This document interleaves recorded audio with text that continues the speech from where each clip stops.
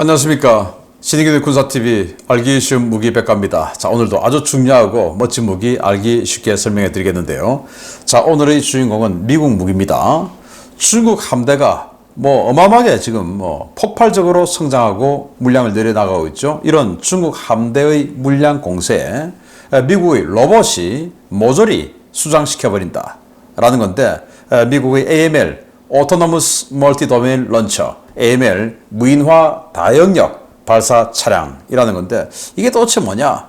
그래서 이 중국의 함대를 미 육군이 경멸시키는 이런 자산이에요. 멀티도메인, 다영역 전투상의 요즘 개념에서 나오는 이런 무기체계인데 로봇입니다. 무인입니다. 자, 이 무인 시대가 되는데 어떤 능력을 가지고 중국 함대를 어떻게 경멸시키는지 보도록 하겠습니다. 자, 존스법으로 발 묶인 미국이죠. 반면에 폭발적인 이 팽창을 하고 있는 중국 함대입니다. 자, 여기 보시면 중국의 공의 D형 구축함이 이게 6,000톤 넘는 구축함인데 이런 식으로 붕어빵 찍어내듯이 세 척을 동시에 짓고 있어요. 정말 기가 막히죠.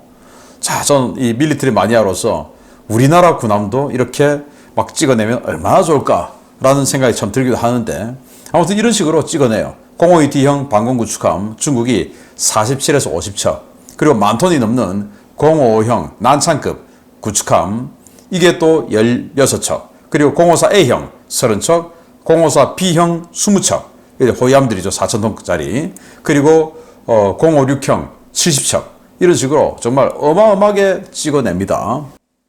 반면에 미국은 의지는 또 생각은 그렇게 하고 싶죠. 그런데 여건이 안 돼요. 어떻게 여건이 안 되냐? 법 때문에, 그리고 조선소 때문에. 이 존스법이라고 있습니다. 이 법은 미국의 군함, 그리고 코스트가드의 경비함 등은 반드시 미국에서 생산되어야 한다. 그리고 그 회사는 미국인이 대표해야 된다. 이런 법이 있어요. 그러다 보니까 그러면 미국에서 하면 되지. 그런데 지금 세계 최강의 조선 강국은 어디입니까? 대한민국이죠. 그 다음 중국이죠. 또 일본이죠. 우리나라 같으면 울산에 가면 현대중공업이다. 거제도 가면은 한화오션이다. 울산에 또 현대미포조선, 현대사모조선, STX, 한진 엄청 많죠. 세계 랭킹 10위권의 조선소들이 셀 수 없이 많아요. 그런 데서 만 톤짜리, 2만 톤짜리, 10만 톤짜리 꽝꽝 찍어낼 수 있는데, 미국은 전 미국에 있는 조선소 건조 물량을 다 합해도 1년에 10만 톤밖에 안 돼요. 10만 톤. 왜? 자기네들은 이제 경쟁력이 사라졌으니까 조선소를 운영할 이유가 없는 거죠. 한국, 일본, 중국에서 다 생산하는데. 그런데 법은 또 존스법 그대로 있어요. 그럼 어떻게 됩니까? 10만 톤밖에 안 되니까 이 10만 톤 가지고 가끔 생산하는 초호화 요트도 만들어야 되고, 그리고 항공모함도 만들어야 되고, 또 잠수함도 만들어야 되고, 군함도 만들어야 되고, 상륙함도 만들어야 되고, 지원함도 만들어야 되고, 그리고 또 이 만든다는 것은 도크가 있다는 말 아니겠습니까? 도크가 있어야 거기서 배를 만들죠. 그런데 이 도크에 들어와서 항모 수리도 하죠. 예를 들어서 지금 로널드 레이건 항공모함 곧 원자로 교체 작업이 들어갈 텐데, 한번 들어가면 5년 6년을 도크를 잡아먹고 있어야 돼요. 그러면 5년 6년 동안 아무것도 못하고 로널드 레이건 원자로 교체하고 오버홀 하는데 도크를 넘겨줘야 돼요. 10만 톤밖에 안 되는 가지고. 그러니 군함을 만들 수가 없죠. 그래서 미 해군은 한국이나 일본 같은 동맹국들, 조선 강국 동맹국들을 활용하자, 이런 주장들을 해군하는데, 지역구 정치인들, 상원의원, 하원의원들은 안 된다. 우리 지역에 이 조선소들이 있는데 일감 뺏기면 안 돼. 해서 지금 이게 정치인들의 이해관계 때문에 해결이 안 되는 겁니다. 그러면 미 해군은 어떡하냐? 큰일 났죠. 자, 이렇게 큰일 났는데 설상가상으로 타이콘데르과급 이지스 순양함, 이게 27척이 있었는데 이게 지금 계속 퇴역하고 있습니다. 그러면서 2027년까지 27척 전량 퇴역 다 합니다. 그런데 이 타이콘데르과에 128셀의 수직 발사관이 있고, 그 중에서 7개는 이제 크레인입니다. 미사일 집어넣는 크레인. 그래서 실제 미사일은 121셀에 들어가요. 그런데 이게 27척이 사라지니까 미사일을 쏠 수 있는 이 런처가, 발사기가 얼마나 많이 사라지겠습니까? 그러니까 중국 입장에서 고맙다 해, 쉐쉐 하는 거죠. 우리를 공격할 수 있는 자산이 저렇게 사라지니까. 그래서 미 의회에서는 야, 퇴역하지 마 라고 하는데 미 해군은 이게 지금 너무 노후돼서 수리를 자주 들어가야 되는 거예요. 자주 들어가야 되는데 지금 조선소 도크가 없으니까 들어가면 언제 나올지 몰라요. 그래서 장부상의 숫자만 잡아먹고 있다. 그리고 부품이 잘 없기 때문에 너무 오래돼서 이거 부품 하나 구하는데 어렵고 비싸고 그래서 유지비가 너무 많이 든다. 이건 퇴역해야 된다. 해서 이제 해군은 퇴역을 하고 있습니다. 그럼 어떻게 해야 되냐? 중국에게 패권 넘겨주냐? 그럴 순 없죠. 그래서 이번 발리안트 실드 훈련 미국과 일본이 주력이 돼서 이 서태평양에서 했던 훈련인데 이때 미 함대 재건까지 우리는 버틴다 해서 미 공군, 해군, 육군 등이 공이 중국 함대를 타격하는 훈련을 했습니다. 자, 이 사진을 저는 사진만 딱 공개됐을 때 스텔스 스트라이크 패키지 B2 폭격기 그리고 F-22 전투기 그리고 F-35 전투기 이렇게 딱 보여졌으니까 야, 이 스텔스 스트라이크구나. 지상 공격하는 거구나 라고 생각했는데 며칠 후에 나중에 이거 해상작전이었다 이렇게 얘기해요. 그럼 B2 폭격기가 가세된 해상작전 뭐냐? B2는 LRASM 같은 이런 그 대한미사일 인테그레이션 안 됐어요. 운용을 못 해요.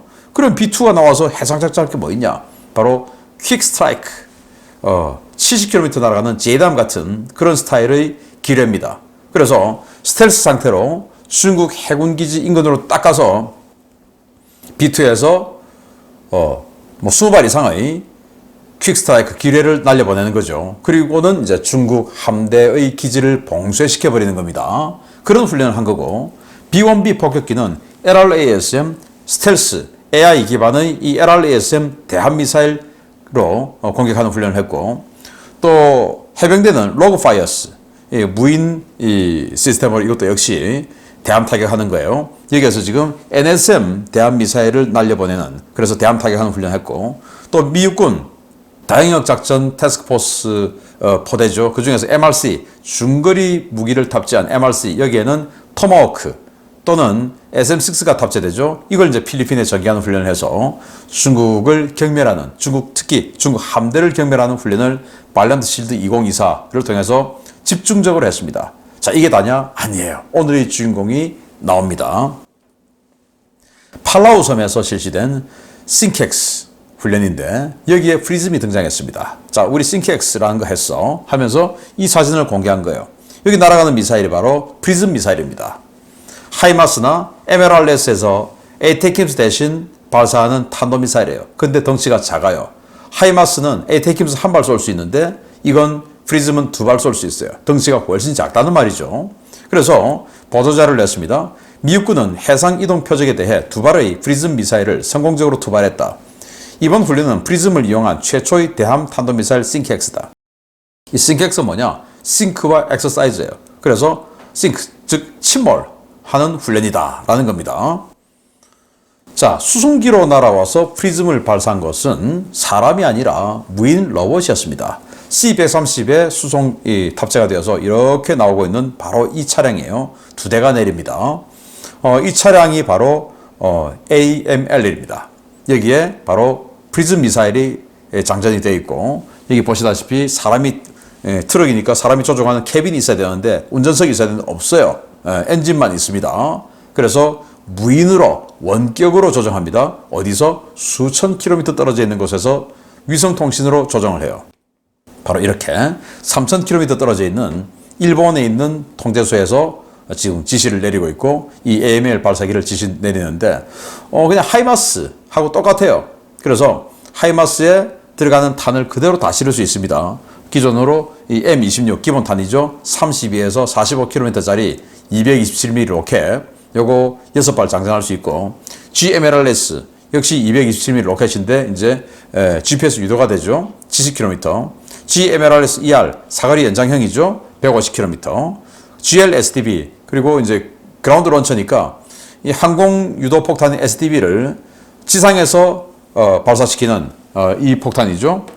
150km. 에이테킴스 165에서 300km. 지금 이제 미군은 이거 안 쓰기 위해서 우크라이나 다 줬죠. 그리고 프리즘으로 다 교체했습니다. 프리즘은 499km 이상.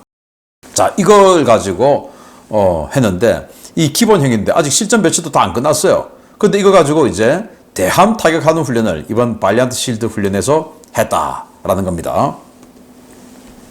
자, 타겟이 된 배는 바로 이 클리블랜드라고 하는 퇴역 상륙함입니다. 미군 쓰던 상륙함인데 17,300톤. 이 프리즘을 가지고 이 클리블랜드를 격침시킨 게 아니라 이 프리즘을 가지고 클리블랜드를 무력화시켰어요.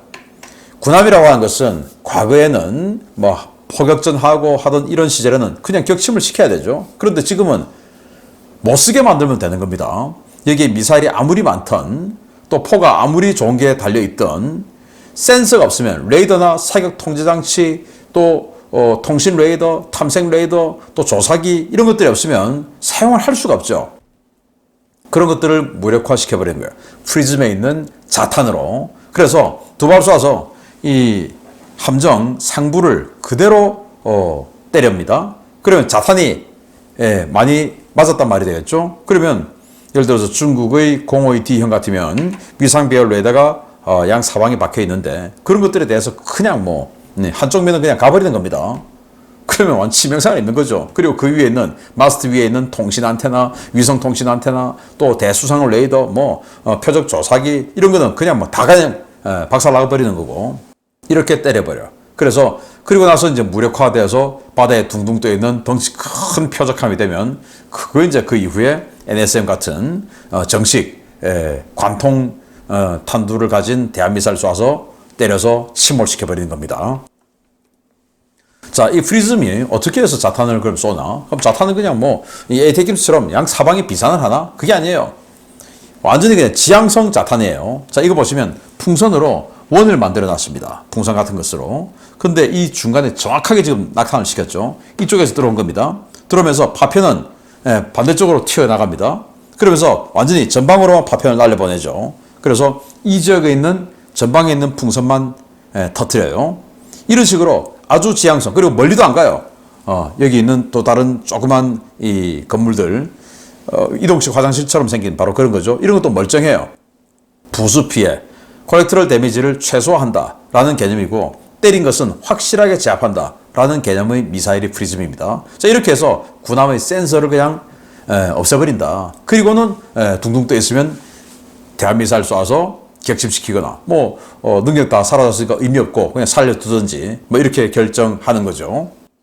자, 그래서 이건 계속 진화할 거예요. 지금은 기본형 인크리먼트 1인데 이 인크리먼트 1은 이동 표적까지 타격할 수 있는 것을 이번에 보여주었고 그러면서 499km 정도의 사거리를 가집니다. 인크리먼트 2는 700에서 1000km의 사거리를 목표로 하고 있어요. 그리고 3는 여기에서 유도장치나 이런 것들을 훨씬 더 정밀하게 개량을 해서 더욱더 정확하게 때릴 수 있게끔 만들고 4 버전에 가서는 그 상태에서 아주 정밀한 상태에서 1000km 이상의 사거리를 구현하는 게 목표입니다. 그래서 미 해군 해병대는 로그파이어스, 네메시스 시스템의 로그파이어스로 경멸하고 미 육군은 AML로 공격하고 그래서 로그파이어스나 AML, 공이 무인 그리고 덩치가 작기 때문에 헬기로 들어서 옮길 수 있죠. 그러니까 남중국해에 있는 수많은 암초들, 산호초에 얼마든지 헬기가 호버링하면서 내려줄 수 있습니다. 그리고 공항에 있는 곳 같으면 수송기에 실어서 갖다 놓을 수 있죠. 그리고 또 어딘가에 여기는 중국이 출몰할 수 있어. 세컨드 토마스 암초 근처 여기 위험해 하면 그 인근에 갖다 놓을 수 있는 겁니다. 그래서 우리 자동차에 블랙박스 있지 않습니까? 항상 그 블랙박스가 카메라를 켜고 딱 쳐다보고 있는 거 아니죠. 센서가 해서 탁 감지가 되면 이제 블랙박스 탁 켜지는 이런 패시브 상태로 있는 거 아닙니까? 안 그러면 배터리 방전되죠.